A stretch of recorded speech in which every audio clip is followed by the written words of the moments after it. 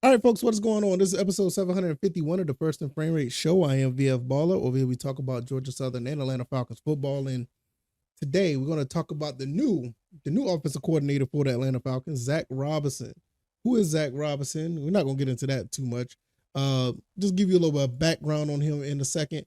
But he has a dilemma on his hands. He has a big one on his hands. Like, what are you going to do with the quarterback position? Because this is going to tell us everything we need to know about how this offense is going to run at this point. We kind of got an idea. If you've seen what the Rams done on offense, what he's done with Jared Goff, what he's done with Matthew Stafford, I mean, those offenses was pretty good. And with that being said, now he's coming to the Falcons. What does that mean? Does it mean we're going to have that same type of offense? Very, very possible, because he wasn't an offensive coordinator. He was a quarterback coach.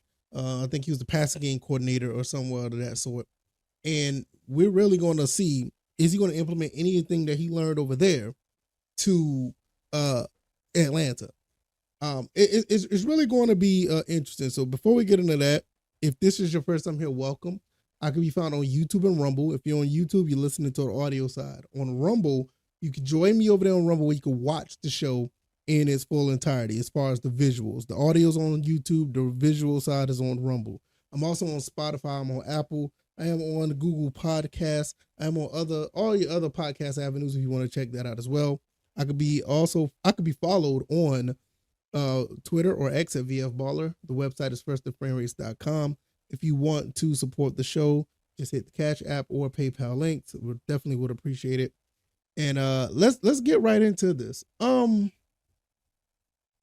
think Zach Robinson, I think for certain, Zach Robinson, if I'm not mistaken, I think he was Des Bryant quarterback at Oklahoma State. That's where I remember him from, because I know he played quarterback, but I can't remember like if he was, at Oklahoma State or not. But I looked it up. He was at Oklahoma State. He was Des Bryant's quarterback. Ended up getting drafted by he got drafted by the New England Patriots, but he didn't really play. End up being, quality control, offensive, he took a whole bunch of other jobs, but he ended up being a passing game coordinator for the Rams. Done a pretty good job for himself, and now he's the offensive coordinator for the Falcons. But he has a dilemma on his hands. What he's going to do at the quarterback position? What is Raheem Morris is going to do for the quarterback position? Are they going to hold up on Desmond Ridder and keep him as the starter? I highly doubt that'll be the case, but it makes me think a little bit, because now with all of these pieces in place, you have an offensive mind.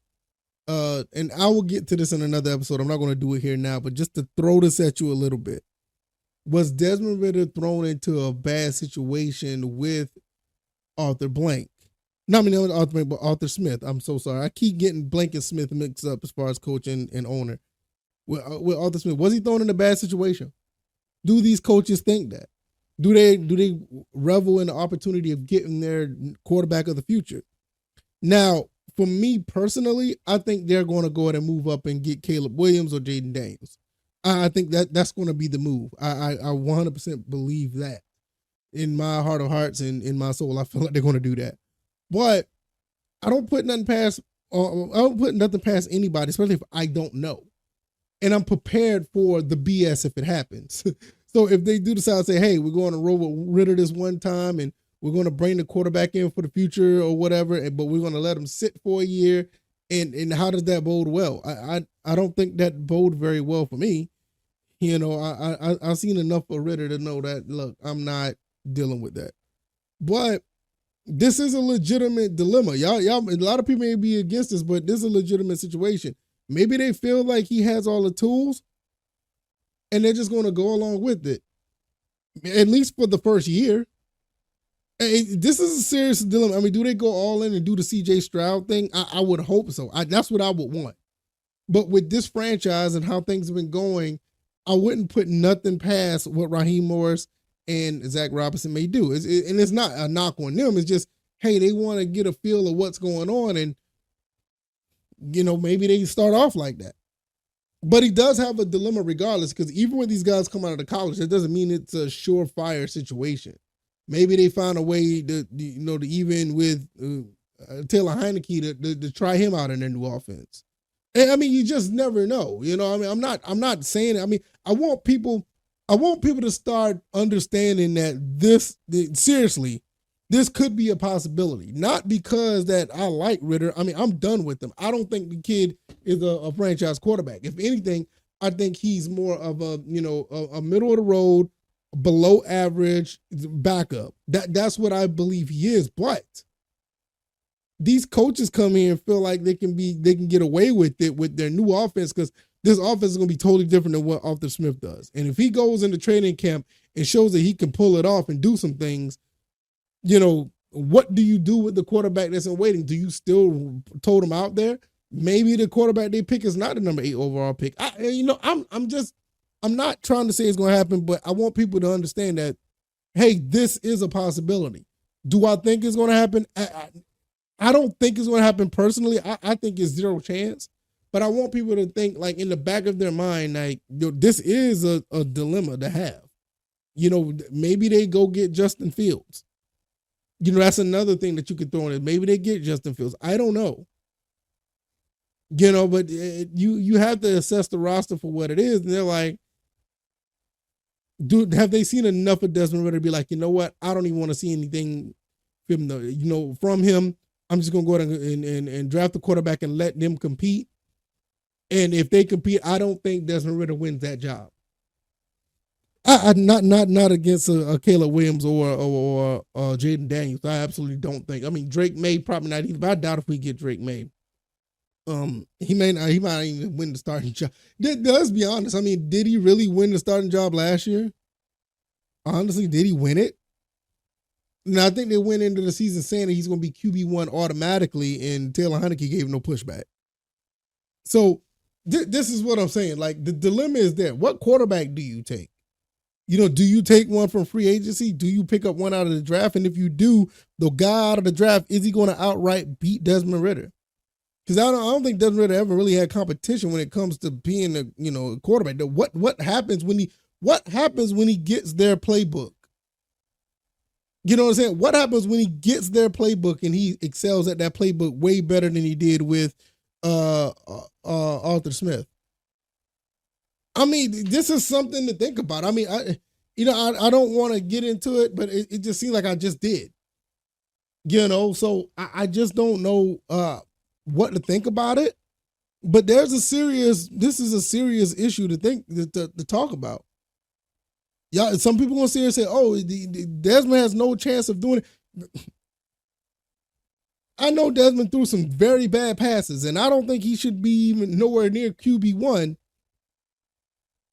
But them going into the season, I mean, even if they draft a quarterback, what do you do? I think that quarterback do come in and beat out Desmond Ritter easily. I think he does. I think Caleb Williams run circles around him. I think that Jaden Daniels will run circles around him. I think Drake May would too. You can even make a case that Michael Penix would do it.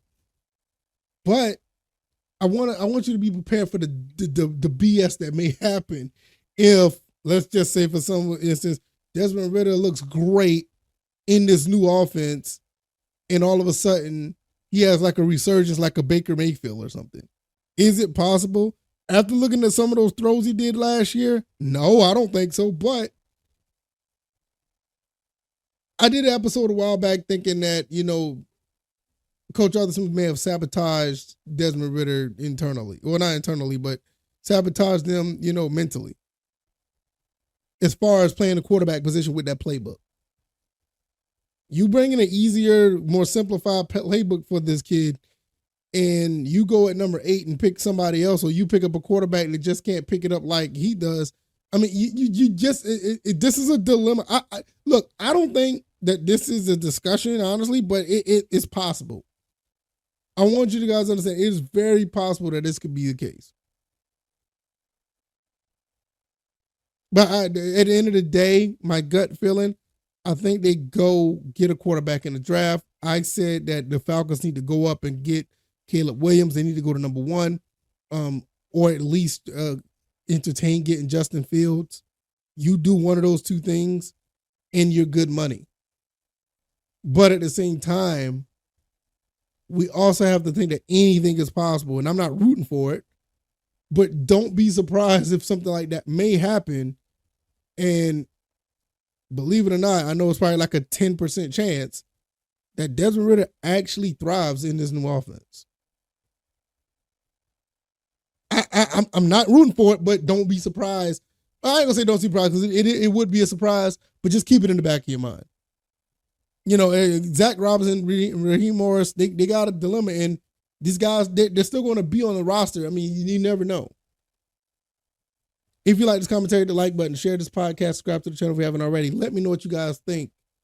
I know it's a little different way of thinking, but I want you guys to just, keep that in mind. Keep that in your back pocket. You never know what may happen. You know what I'm saying? You just never know.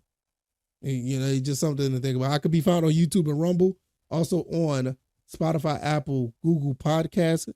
Follow me on X at VFBaller. The website is sportsandframerates.com. I'm going to get up out of here. You guys enjoy your Monday, and I will see you guys then. Probably have a video up later on in the day for you guys as well. All right, y'all. I'm out of here. Y'all take it easy, and y'all be blessed. Peace.